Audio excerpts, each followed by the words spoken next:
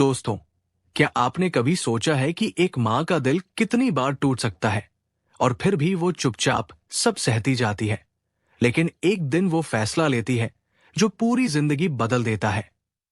ऐसी ही एक दिल दहला देने वाली कहानी है सरला जी की, जहां प्यार की जगह अपमान ने घर कर लिया था और वो अकेली पड़ गई थी अपने ही अपनों के बीच। लेकिन सुनिए पूरी कहानी, क्योंकि ये सिर्फ दर्द की नहीं बल्कि हिम्मत और आत्मसम्मान की जीत की दास्तान है, जो आपको रुला देगी और सोचने पर मजबूर कर देगी कि क्या हम अपने बुजुर्गों के साथ वैसा ही सलूक कर रहे हैं। सरला जी की जिंदगी अब धीरे धीरे उस अकेलेपन की आगोश में समा रही थी, जहां हर सुबह उदासी से शुरू होती और हर रात आंसुओं से भरी होती।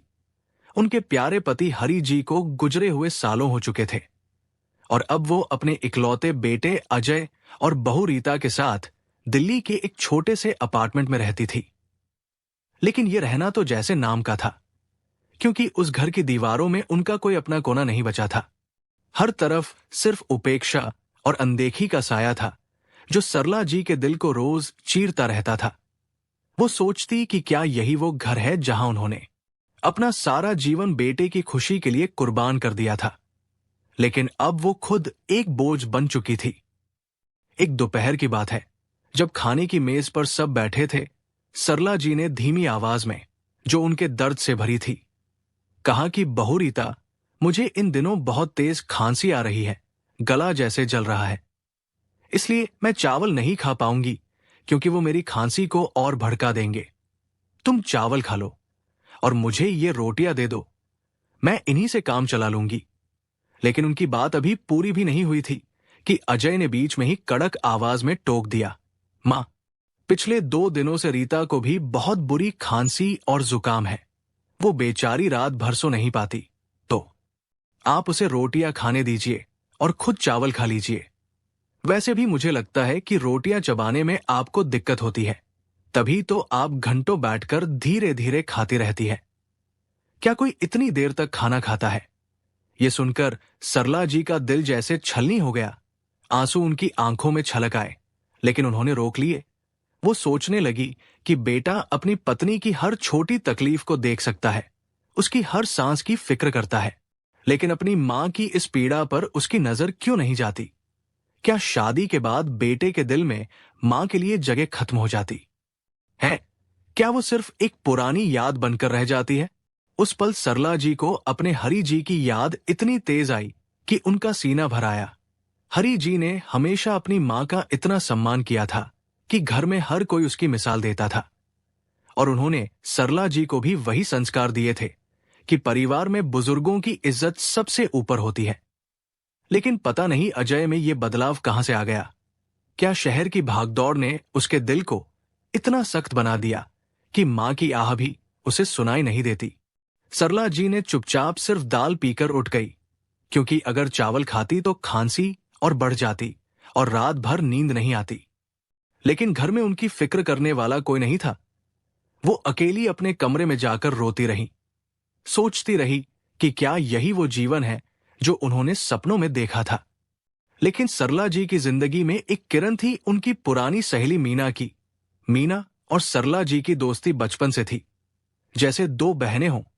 वो हर शाम पास के गार्डन में मिलती, जहां मीना हमेशा सरला जी के लिए कुछ घर का बना खाना लाती, जैसे गुड़ की रोटी या फल, और उनके हालचाल पूछती, उनकी हर छोटी बात पर ध्यान देती। इस बार जब सरला जी की तबीयत ज्यादा खराब हुई, खांसी रुकने का नाम नहीं ले रही थी, तो दवाइयां लाने का इंतजाम मीना ने ही किया। उसने डॉक्टर से बात की और दवा घर पहुंचा दी। 2 दिन बाद जब सरला जी थोड़ी ठीक हुई तो वो गार्डन में मीना से मिलने गई। वहां बैठकर बातें करते करते मीना ने उत्साह से कहा कि सरला, इस बार मैं हरिद्वार घाट पर गंगा स्नान के लिए जा रही हूं।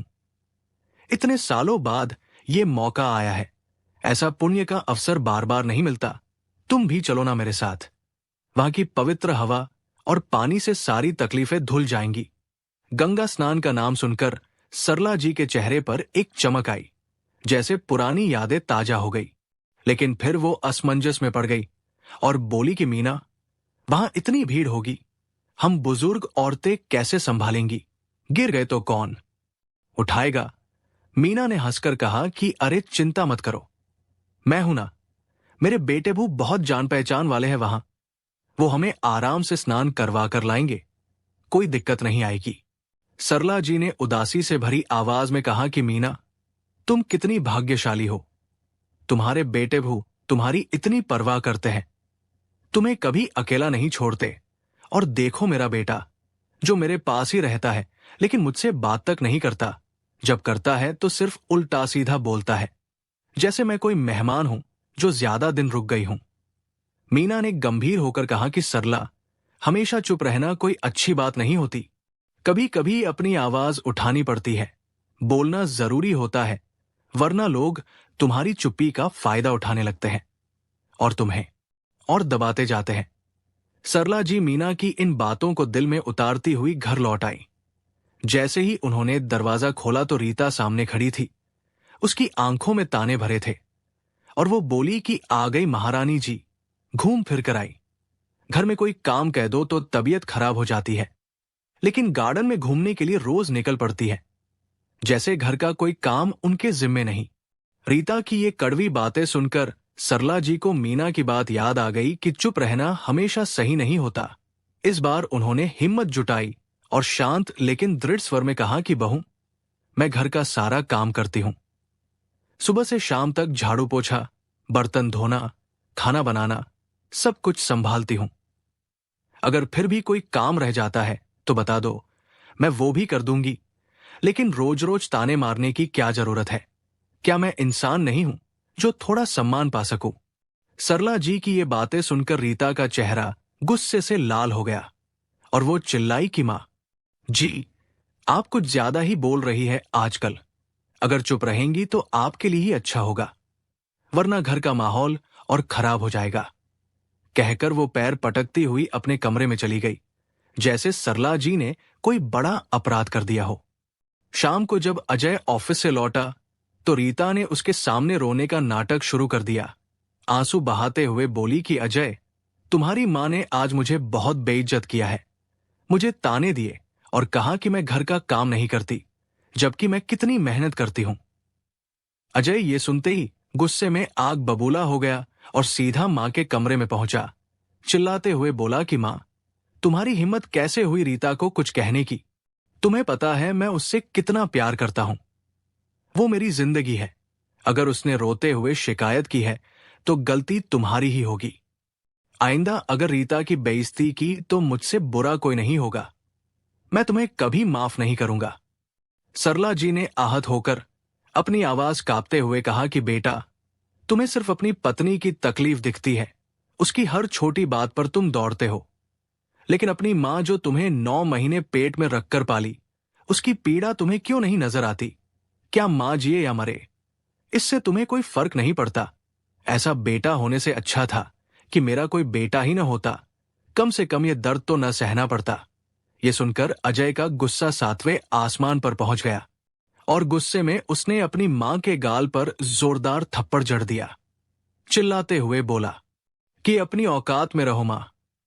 आगे से रीता के खिलाफ कुछ भी कहने से पहले इस थप्पड़ को याद रखना, वरना और बुरा होगा।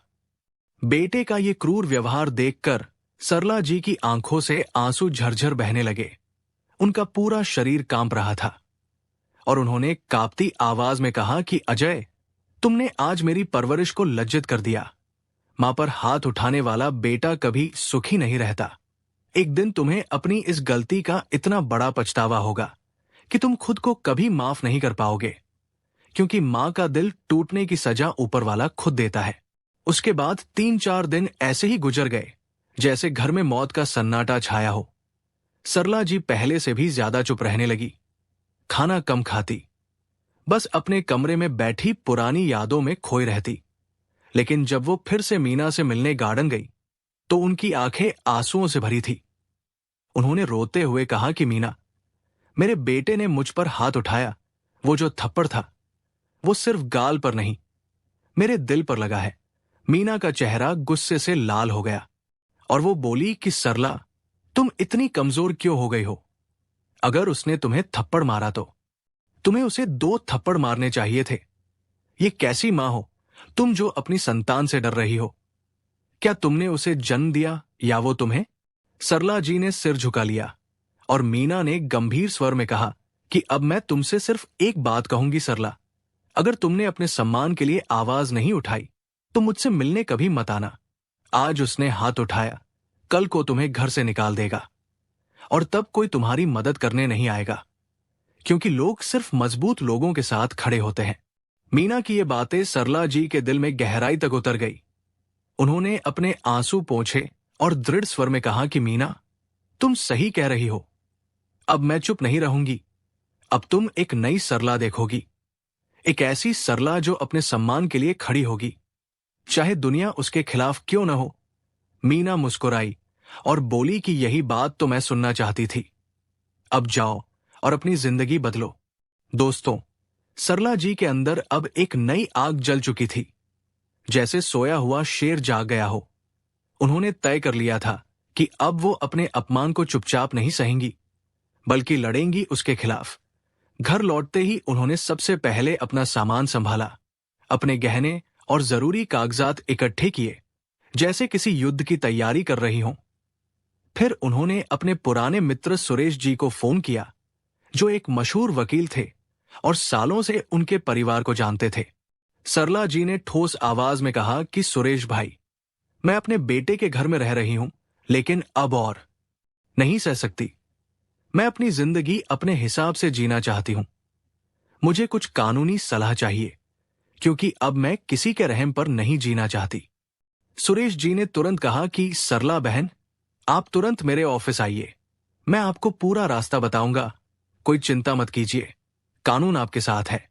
सरला जी अगले ही दिन सुरेश जी के ऑफिस गई। वहां बैठकर उन्होंने अपनी सारी आपबीती सुनाई। कैसे बेटे ने उन पर हाथ उठाया जो उनके दिल को चीर गया, कैसे बहू रोज ताने मारती जो उनकी आत्मा को घायल करती, और कैसे अब वो इस बंधन से खुद को आजाद करना चाहती थी, क्योंकि जीवन सिर्फ सांस लेना नहीं, सम्मान से जीना होता है। सुरेश जी गंभीर होकर बोले कि सरला जी, आप कानूनी रूप से अपने बेटे से अपना खर्च मांग सकती है, क्योंकि वो आपकी जिम्मेदारी है, और अगर वो आपको परेशान कर रहा है तो आप पुलिस में शिकायत भी कर सकती है। घरेलू हिंसा के खिलाफ कानून मजबूत है। सरला जी ने सोचा कि क्या मेरा बेटा सच में इतना गिर गया है कि मुझे उसके खिलाफ पुलिस जाना पड़े? क्या वो बच्चा जो मैंने गोद में खिलाया आज मेरा दुश्मन बन गया? आखिर कुछ देर सोचने के बाद उन्होंने फैसला लिया कि अब वो बेटे बहू के रहमो कर्म पर नहीं रहेंगी, बल्कि अपनी राह खुद बनाएंगी। घर लौटते ही उन्होंने अजय और रीता को बुलाया और स्पष्ट, मजबूत शब्दों में कहा कि मुझे इस घर में अब नहीं रहना है। तुम लोगों के लिए मैं सिर्फ एक बोझ हूं, जो तुम्हें रोज परेशान करती हूं। इसलिए मैं खुद को इस बोझ से मुक्त कर रही हूं। मैंने पास के मोहल्ले में एक छोटा सा किराए का कमरा लिया है और अब मैं वहीं रहूंगी। मेरी जरूरतें कम हैं और जितना मेरे पास है वो मेरे लिए काफी है। मैं अब किसी पर निर्भर नहीं रहूंगी। अजय और रीता को यह सुनकर झटका लगा, जैसे जमीन खिसक गई हो। अजय ने थोड़ी नरमी से लेकिन दिखावे की पूछा कि मां, आपको कहां जाना है? आपको हमसे क्या तकलीफ है? हम तो आपकी देखभाल करते हैं। लेकिन सरला जी मुस्कुराई और बोली कि जब मैंने तुम पर भरोसा किया तब तुमने मेरी परवाह नहीं की। अब मैं खुद पर भरोसा कर रही हूं। अब मुझे किसी का सहारा नहीं चाहिए, क्योंकि सहारा वो होता है जो मजबूत करे, न कि तोड़े। इसके बाद सरला जी ने अपना सामान पैक किया, पुरानी यादों को दिल में समेटा और बिना पीछे मुड़कर देखे उस घर से चली गई, जैसे एक नई जिंदगी की शुरुआत कर रही हो। दोस्तों, अब वो एक नए सफर पर थी, अपने आत्मसम्मान की तलाश में, अपनी पहचान की खोज में, जहां हर कदम पर चुनौतियां थी, लेकिन हिम्मत उनके साथ थी। सरला जी ने अपने किराए के नए कमरे में कदम रखा। वो छोटा सा कमरा था। एक खिड़की से बाहर नीला आसमान दिखता था और दूर से पक्षियों की आवाजें आती।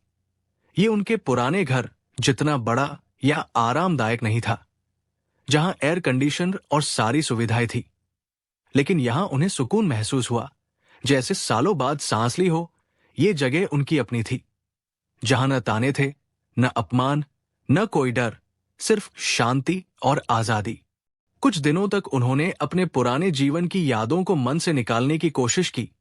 हर सुबह उठकर गार्डन में जाती, जहां कुछ बुजुर्ग महिलाएं मिलती जो उनकी तरह अपने अपने संघर्षों से गुजर रही थी। वो आपस में बातें करती, एक दूसरे की कहानियां सुनती और हंसती, जैसे जीवन फिर से रंग भर रहा हो। धीरे धीरे सरला जी का आत्मविश्वास लौटने लगा।